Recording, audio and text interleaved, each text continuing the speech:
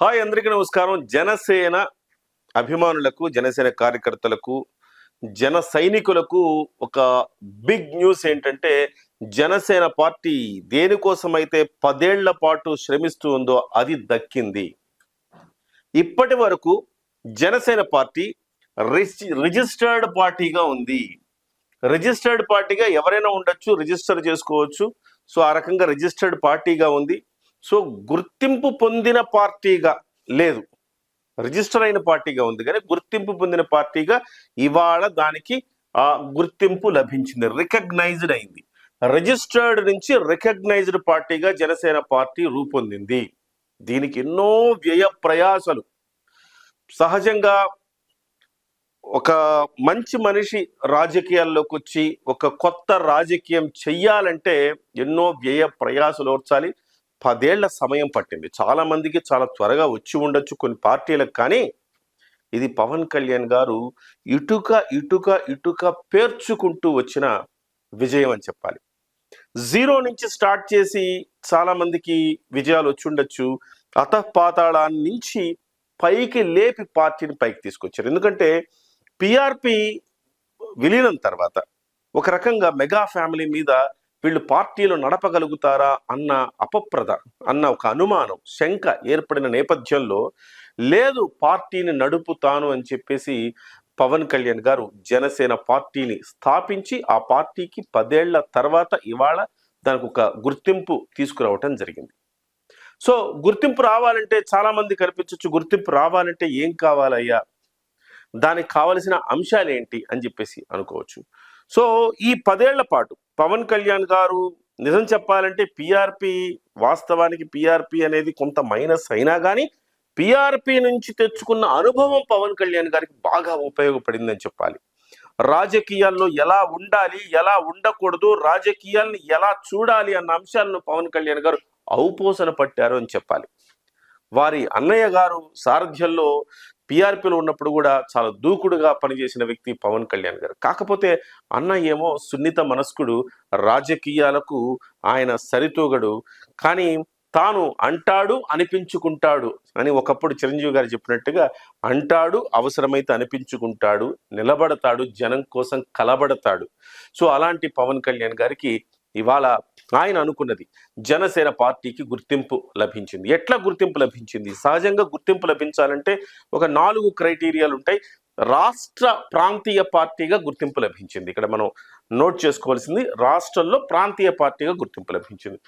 ఇక్కడ ప్రాంతీయ పార్టీగా గుర్తింపు లభించాలంటే 6% ఓట్లు ఉండాలి, 2 సీట్లు ఉండాలి. ఒక అసెంబ్లీలో మనం పోటీ చేసాం, 175 స్థానాలు ఉన్నాయనుకోండి. 170 స్థానాల్లో 6%, ఓవరాల్గా 6% వచ్చి ఉండాలి ఓట్లు. అంటే పోలైన ఓట్లలో, చెల్లే ఓట్లలో 6% ఓట్లు వచ్చి ఉండాలి. గత 2019 ఎన్నికల్లో బహుశా 6% దగ్గర వచ్చాయి. కానీ 2 ఎమ్మెల్యే సీట్లు ఉండాలి. కానీ ఒకే ఎమ్మెల్యే సీటు గెలవటం వల్ల 2019లో అది కోల్పోయామని చెప్పాలి. వాస్తవానికి గుర్తింపు నోచుకోవాలంటే మనం ప్రయాణం 2019లో ప్రారంభమైనట్టే లెక్క. 2013లో పార్టీ ఏర్పడినప్పటికీ 2014లో పోటీ చేయలేదు కాబట్టి గుర్తింపు కోసం మన ప్రయత్నం చేయలేదు. కానీ 2019 లెక్క, అంటే 5 ఏళ్ల తర్వాత మనకు వచ్చినట్టుగా లెక్క. మన ప్రయత్నం ప్రారంభించిన తర్వాత 5 ఏళ్ల తర్వాత మనకు విజయం లభించింది. సో 2 సీట్లు 6% ఓట్లుంటే మనం గుర్తింపు పొందిన పార్టీకి ఉంటాం. లేదా 6% ఓట్లు, 1 ఎంపీ సీట్ ఉండాలి. అంటే మన రాష్ట్రానికేమో ఎంపీ ఎన్నికలు, ఎమ్మెల్యే ఎన్నికలు ఒకేసారి జరుగుతాయి. కానీ సహజంగా చాలా రాష్ట్రాలకి ఎంపీ ఎన్నికలు ఒకసారి, ఎమ్మెల్యే ఎన్నికలు ఒకసారి జరగటం అనేది రివాజుగా మనం చూస్తూ ఉంటాం. అందుకే కేంద్ర ప్రభుత్వం ఏముంటుందంటే ఒకే దేశం ఒకే ఎన్నిక అంటుంది. జమిలీ ఎన్నికలు కూడా దాని మీదే. అంటే ఏ రాష్ట్రమైన అసెంబ్లీ ఎన్నికలు, పార్లమెంట్ ఎన్నికలు ఒకే సందర్భంలో జరగాలి అనేది కేంద్ర ప్రభుత్వం చేస్తున్న ప్రయత్నం. అయితే ప్రస్తుతానికి మన రాష్ట్రంలోనైతే ఒకేసారి జరుగుతున్నాయి. కానీ తమిళనాడు తీసుకున్నా, కర్ణాటక తీసుకున్నా, కేరళ తీసుకున్నా, ఏ రాష్ట్రానికైనా ఖచ్చితంగా అది అసెంబ్లీ ఒకసారి జరుగుతాయి, అలాగే ఎంపీ ఎన్నికలు ఒకసారి జరుగుతాయి. సో ఆ ఎంపీ ఎన్నికల్లో గనక 1 ఎంపీ స్థానాన్ని 6% ఓట్లను తెచ్చుకోగలిగితే కూడా మీకు గుర్తింపు వస్తుంది. లేదా 3% టోటల్ సీట్స్లో ఒక 3% సీట్లు గెలవాలి. అంటే 5 అంటే 175 స్థానాలు ఉన్నాయంటే ఒక 3% అంటే కనుక దాదాపు ఒక 5 సీట్లు రమారమి గెలవాల్సిన అవసరం ఉంటుంది. 5 సీట్లు గెలిచిన ఇక 5 సీట్లు గెలిస్తే ఈ 6% రావాలి, వీటితో సంబంధం లేదు. సో ఆ రకంగా 3% సీట్లు గెలవాలి. ఆ రకంగా కూడా మనం అర్హత జనసేన పార్టీ సంపాదించాలి. 25 ఎంపీలకు గాను ఒక ఎంపీ గనక ఉంటే సో ఆ రకంగా కూడా మనకు అవకాశం ఉంటుంది, గుర్తింపు పొందిన పార్టీ అవుతుంది. అయితే ఇవేమీ లేని కారణంగా జనసేన పార్టీకి గత ఐదేళ్లుగా జనసేన పార్టీ ప్రతి ఎన్నికల్లో కూడా ఇబ్బంది పడుతూ వస్తోంది. సో గుర్తింపు లేకపోతే వచ్చే నష్టం ఏంటయ్యా అంటే, మనకి గాజు గ్లాసు గుర్తు మనకు కేటాయిస్తారు కదా, గ్లాస్.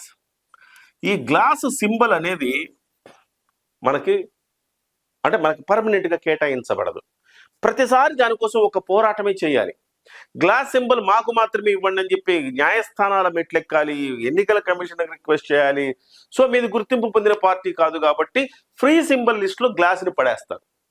గ్లాసును ఫ్రీ సింబల్ లిస్ట్ లో పడేసిన తర్వాత మరి అక్కడి నుంచి ఫ్రీ సింబల్ చాలా మంది ఇండిపెండెంట్లు కావచ్చు, ఇంకోళ్ళు కావచ్చు చాలా మంది ఆ గ్లాస్ సింబల్ ని కోరుకోవచ్చు. సో అలాంటప్పుడు మనకు మాత్రమే రావాలంటే కొంచెం కష్ట సాధ్యమయ్యేది. దీని మీద కోర్టులకు ఎక్కి మేము అన్ని చోట్ల పోటీ చేస్తున్నాము, ఇంతకుముందు కూడా పోటీ చేశాము, ఇవన్నీ చెప్పుకొని వాళ్ళని కన్విన్స్ చేసుకొని కోర్టు నుంచి తీర్పులు తెచ్చుకొని చివరికి చేయాల్సి వచ్చేది. కానీ ఇప్పుడు ఆ అవసరం లేదు. గాజు గ్లాసు జనసేన పార్టీకి కేటాయించబడింది శాశ్వతంగా. ఇక ఏ ఎన్నికల్లోనైనా జనసేన పార్టీ పోటీ చేస్తే అక్కడ గాజు గ్లాసు ఉండదు. ఇంకెవరైనా వేరే సింబల్ తీసుకోవాల్సింది ఫ్రీ సింబల్ లిస్ట్ నుంచి తీసేసి జనసేన సింబల్లోకి గాజు గ్లాసుని పెట్టేశారు.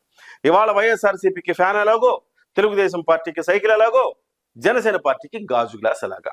ఇంకొకటి ఏంటంటే, సహజంగా పార్టీలు ఏం చేస్తాయంటే పార్టీ పెట్టినప్పుడు, రిజిస్టర్డ్ పార్టీ పెట్టినప్పుడు ఒక 3 సింబల్స్ని ఎంచుకోమని చెప్తాయి. 3 సింబల్స్ ఎంచుకొని ఫ్రీ సింబల్స్ వాళ్ళకి లిస్ట్ ఇచ్చి అందులోంచి 3 సింబల్స్ ఎన్నుకొని మాకు ఇవ్వండి, మేము అందులో ఒక సింబల్ మీకు ఇస్తామంటాయి.